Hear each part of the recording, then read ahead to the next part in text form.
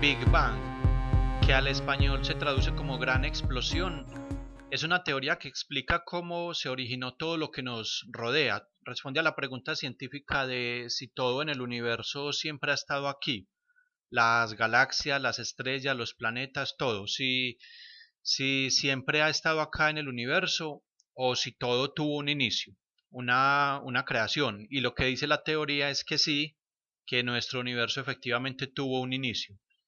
Pero antes de ver en qué consiste la teoría de la gran explosión, es importante que recordemos o veamos lo que es una teoría. Aunque la palabra teoría tiene muchos significados y hay pues muchas formas de explicarlo, vamos a mirarlo de una forma simple. Digamos que una teoría es una explicación que se le da a una situación determinada, es una explicación una explicación del por qué ocurre un hecho determinado, un hecho sobre el cual se tienen dudas y que no lo podemos comprobar a simple vista, que no lo hemos comprobado en un 100% y que para darle una explicación uno pues debe apoyarse en observaciones, en la lógica, deducir una respuesta, una explicación con lo que uno conoce sobre el tema.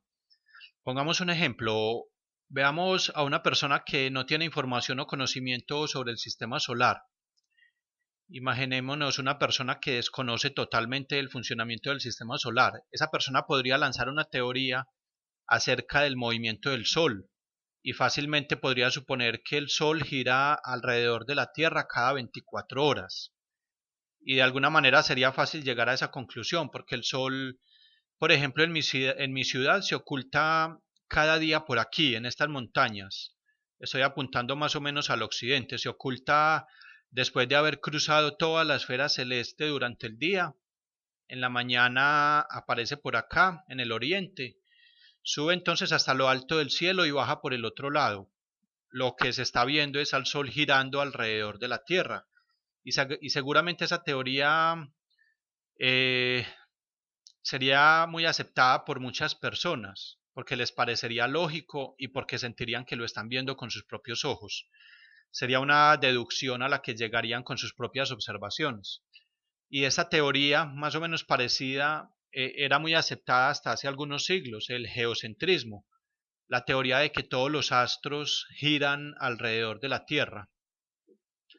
En el siglo II, Claudio Ptolomeo completó esta teoría geocéntrica y escribió un tratado completo que decía que no solo el Sol y la Luna, sino todos los astros del universo giraban alrededor de la Tierra. Y esta teoría fue la más aceptada. Incluso en el siglo IV parece que hubo una persona que propuso que los astros no giraban alrededor de la Tierra, sino alrededor del Sol. Esta persona fue Aristarco de Samos, pero a esa teoría, a esas palabras no se le prestaron atención en ese momento. Hubo que esperar hasta los siglos XV y XVI para que Copérnico y Galileo ayudaran pues a resolver esa cuestión. Ya se sabe entonces que los planetas giran alrededor del Sol y que son solo los planetas y los elementos que están en nuestro sistema solar, no todo el universo como se creía en ese tiempo. O sea que la teoría más acertada era la heliocentrista. Y ya no es necesario formular teorías con respecto a esto, ya sabemos si es un hecho de que el universo no gira alrededor de la Tierra y que los planetas de nuestro sistema giran alrededor de nuestro Sol. Ya esto está comprobado. Sin embargo, como siempre ocurre con las teorías o incluso con los hechos, pasa que no siempre son aceptados por todo el mundo. Y hoy en día se celebra, por ejemplo, congresos anuales para tratar el tema del geocentrismo. Y hay libros que explican cómo de cierta manera todo gira alrededor de la Tierra.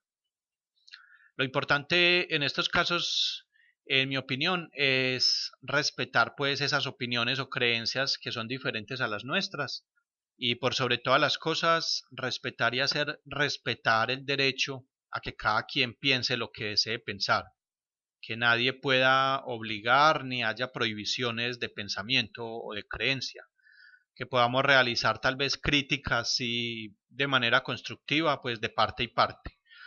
Bueno, para que una teoría se convierta en una ley o en un hecho, pues tiene que ser comprobada, tiene que haber observaciones y pruebas de laboratorio o experimentos que lo comprueben, que no dejen lugar a duda y que tumbe o pues destrone a cualquier otra teoría o pensamiento que hubiera al respecto. Con eso se llegaría a una ley o a un hecho a partir de una teoría. Y hay cosas, de todas formas, que son muy difíciles, que son difícil o hasta imposible de comprobar en un experimento y simplemente se quedan en teorías. Lo que pasa es que las teorías más aceptadas ganan mucha popularidad y los científicos siguen con sus avances basados en esa teoría, aunque no esté comprobada. Y eso está bien porque es la única forma pues de seguir avanzando en descubrimientos y eso ayuda a que la misma teoría en sí en un futuro pues pueda ser comprobada. Por ejemplo, en cuanto al origen del universo, podemos decir que en este momento ninguna persona en el mundo ni ha sabido ni sabe hoy en día cómo ocurrió. Lo que sabemos es que las pruebas científicas que tenemos y los experimentos que se han hecho dan pues a la teoría de la gran explosión la mayor credibilidad. Pero nunca veremos a un científico diciendo que el universo se originó con una gran explosión, no, sino que esa gran explosión es la teoría más acertada por, por los conocimientos que hasta ese momento tenemos.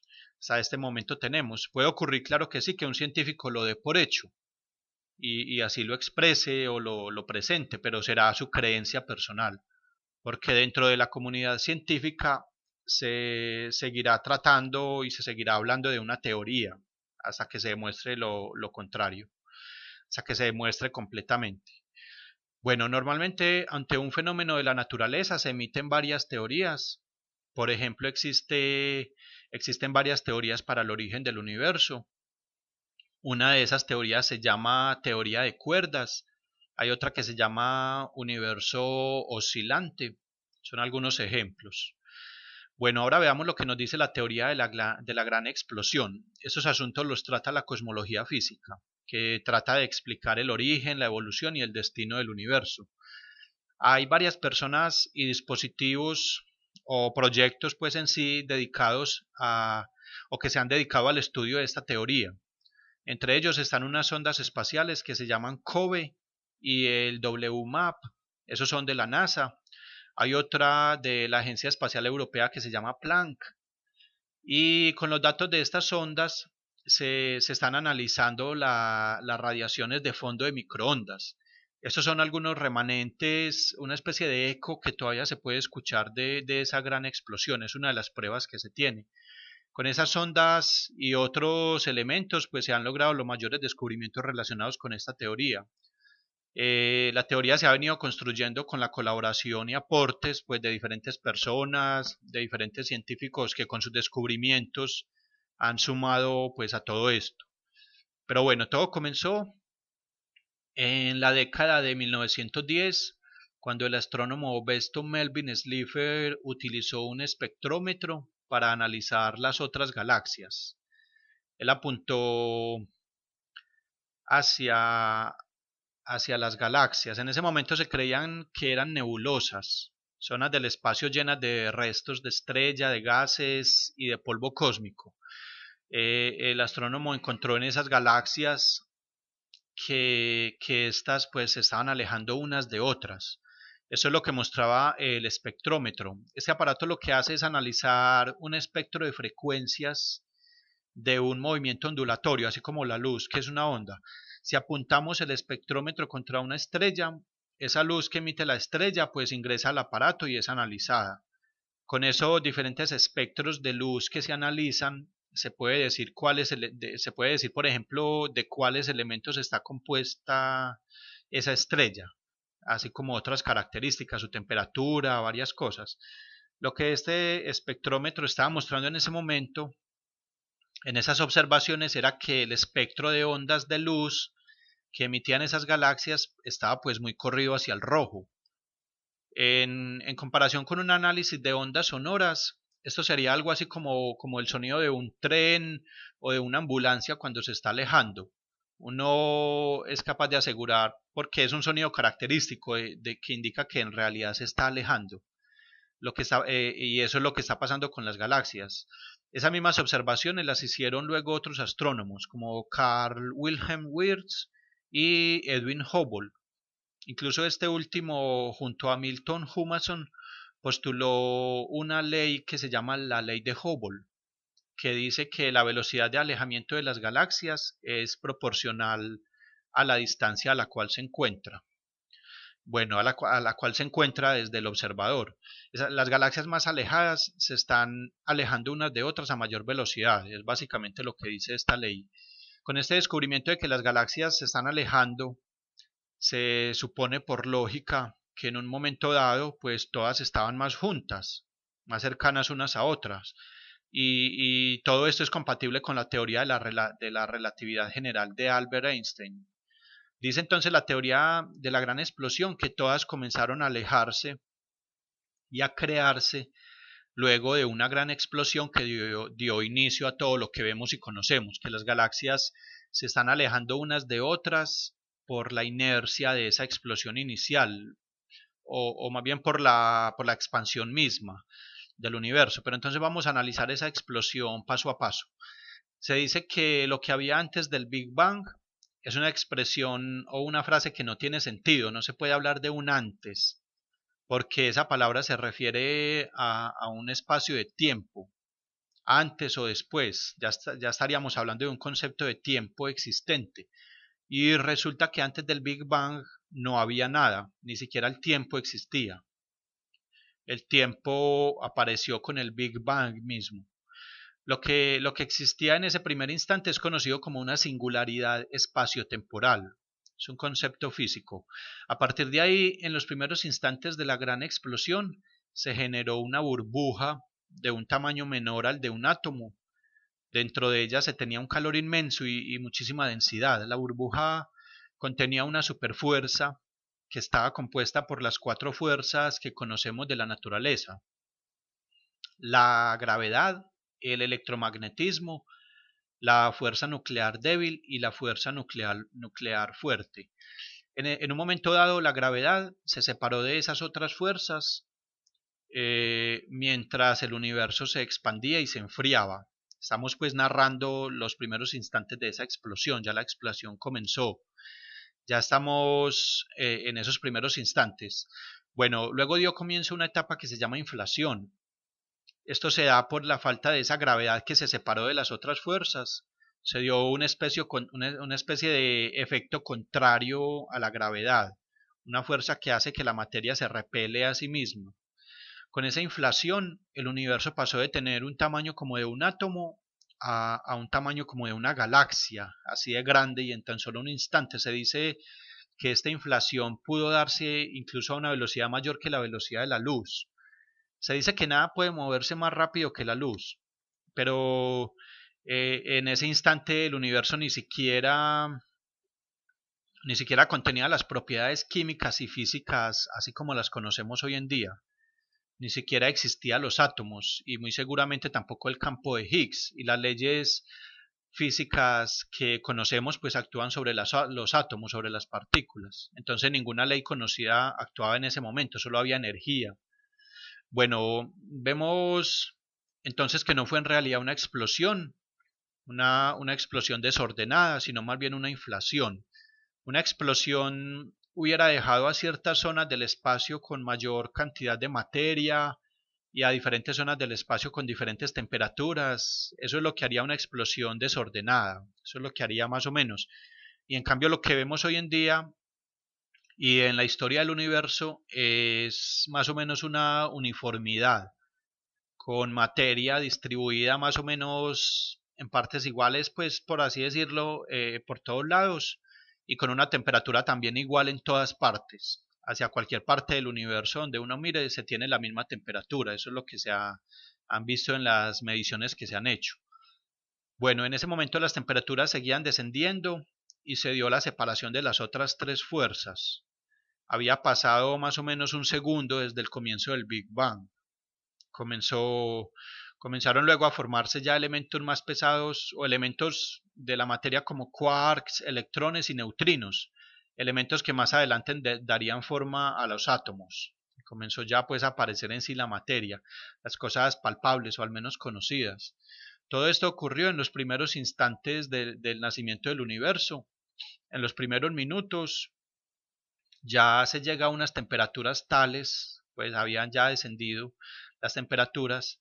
Estas temperaturas, en medio de estas temperaturas se permite ya la creación de átomos de hidrógeno y de helio, y el universo permanece así, expandiéndose y enfriándose por un largo tiempo en el que la materia se iba abriendo paso. Cuando las temperaturas lo permitieron y la materia se hizo visible y se inundó el espacio de luz visible, los fotones pudieron moverse libremente. También otra luz, o mejor otra forma de radiación diferente, inundó el espacio, una especie de eco que aún retumba en el espacio y que se llama radiación de fondo de microondas. Es la que mencionamos antes y que hoy en día se está estudiando tan afanosamente. Bueno, siguiendo el paso al paso del Big Bang, ya luego pasados unos 400 a 1000 millones de años, la materia existente comenzó a acumularse en grandes depósitos y con la fuerza de gravedad se empezaron a formar las estrellas. Ya las cuatro fuerzas de la naturaleza estaban operando de manera independiente.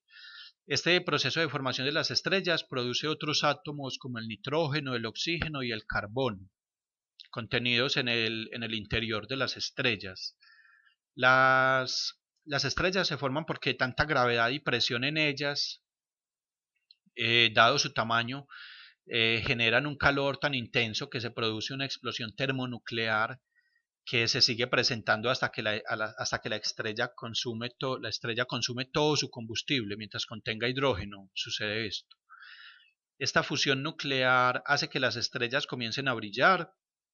Los restos y polvos de todo este proceso quedan pues gravitando alrededor de la estrella y más adelante toman la forma de planetas, lunas y otros elementos que tienen los sistemas solares.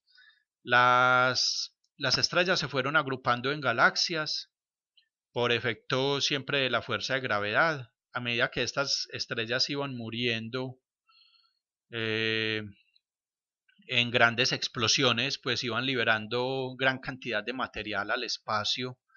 Todo este material y restos de estrella terminaron convirtiéndose pues en más estrellas y también en más planetas. Y esto es lo que hoy en día ocurre todavía. A medida que avanza el tiempo, bueno, a medida que el universo se sigue expandiendo. Si pudiéramos viajar al límite del universo, veríamos cómo se va formando la materia a medida que el universo se expande. Y no solo la materia, sino también el espacio y el tiempo.